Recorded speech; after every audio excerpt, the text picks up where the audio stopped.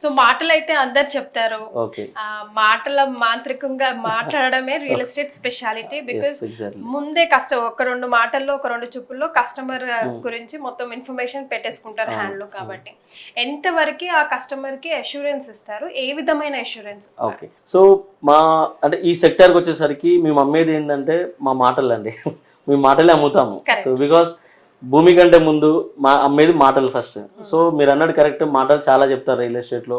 మనకు వచ్చే 30% అయితే 100% చూపిస్తారు. దాన్ని చూపించేసి ఇది వస్తుంది అది వస్తుంది అక్కడ ఇక్కడ ఇట్లా అని చెప్పేసి అమ్మేస్తారు.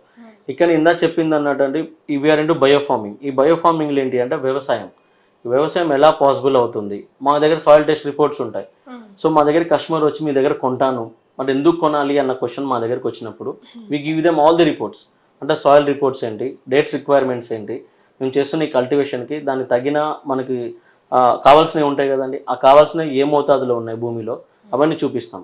అండ్ రెండోది వచ్చేసి ప్రాక్టికల్ ఇన్కమ్. ఇవాళ మాకు వాళ్ళకి లీజ్కి ఇస్తున్నప్పుడు భూమి మేము వాళ్ళకి రాసిస్తాం క్లియర్గా. అంటే 4th ఇయర్ నుంచి మేము ఇన్కమ్ జనరేట్ చేస్తామండి.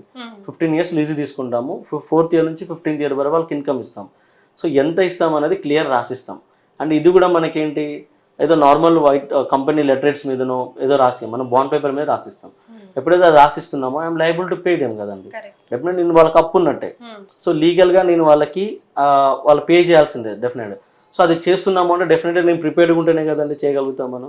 సో కాబట్టి మా ప్రతి క్లయింట్కి కూడా ప్రతిదీ అంటే ఇనిషియల్గా వాళ్ళు మా దగ్గర ఎందుకు కొనాలి, మా దగ్గర కొనడం వల్ల వాళ్ళకి వచ్చే లాభం ఏంటి, ఏ ఇయర్లో ఎంత లాభం వస్తుంది, సో ఎలా ఇస్తాము దాన్ని అనేది క్లియర్గా ముందే చూపించేస్తాం అన్నీ కూడా. సో ఎక్కడ కూడా ఇమాజినేషన్ ఉండదు ఇక్కడ. ఇప్పుడు కొన్ని క్రాప్స్ ఎలా ఉంటాయంటే మీకు 15 years తర్వాత 20 years తర్వాత ఒక కోటి రూపాయలు వస్తాయి, ఒక 10 కోట్లు వస్తాయి, 20 కోట్లు వస్తాయి. అవన్నీ మాకొద్దు. నాకు 5,000 వస్తున్నదా, ఇమ్మీడియట్గా ఎంత వస్తుంది, ఏ టైం నుంచి వస్తుంది అనేది ఇంపార్టెంట్. సో ఈ ఫస్ట్ 3 yearsలోనే వాళ్ళకి ఇన్కమ్ స్టార్ట్ అయిపోతుంది 4th year నుంచి. సో అది ఎంత వస్తుంది ఏమొస్తుంది క్లియర్ రాసిస్తాం మనం. సో ప్రతి క్లయింట్ కూడా అండ్ ఇక్కడ మా దగ్గర చేసే ప్రతి ఒక్కరు కూడా they go on practical basis. అంటే ఇలానే జరుగుతుంది, ఇలానే వస్తుంది మనకి అని చెప్పేస్తాం మనం. మేబీ రేట్ పెరగవచ్చు, పెరిగితే అందరికి మంచిది. బట్ పెరగపోయిన పక్షంలో తక్కువ వర్స్ట్ కేస్ సినారియోస్లో ఎంత ఉన్నది మనకి ఈరోజు. ఇప్పుడు మా ఖర్జూరాలు అనుకోండి ఎగ్జాంపుల్, ఈరోజు హోల్సేల్ ప్రైస్ 100 రూపాయలు ఉందండి, చీప్ క్వాలిటీది. నేను 100 రూపాయల లెక్కనే చూపిస్తాను నేను.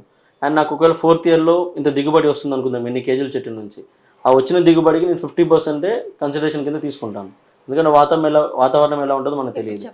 మేబీ గాలిదుమ్ము రావచ్చు, కాయలను రాలిపోవచ్చు, పూత పూసినప్పుడు పూత రాలిపోవచ్చు. సో రకరకాలు జరుగుతాయి.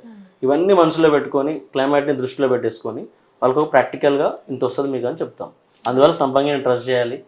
సో మేము మాటలే కాదు చేతల్లో కూడా ఇలా ఉంటుంది చూపిస్తాం మనం. అండ్ మా సైట్స్కి వచ్చి మీరు చూడవచ్చు, మేము స్టార్ట్ చేసి ఆల్మోస్ట్ 5 months అవుతుంది. 5 monthsలో చాలా డెవలప్ చేసాం. టు బీ వెరీ ఓపెన్, అక్కడున్న నారాయణగఢ్ సరౌండింగ్స్లో ద బెస్ట్ ప్రాజెక్ట్స్ అంటే మావే ఉంటాయి.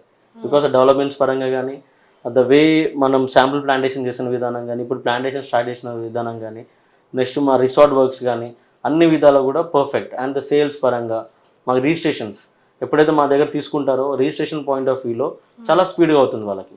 So we won't waste much of their time. అంటే ఈరోజు మీరు డబ్బులు ఇచ్చారు నెల కానీ 2 నెలలు లాగానే ఉండదు, హార్డ్లీ 1 week లోపల రిజిస్ట్రేషన్స్ కూడా క్లోజ్ చేసేస్తాం.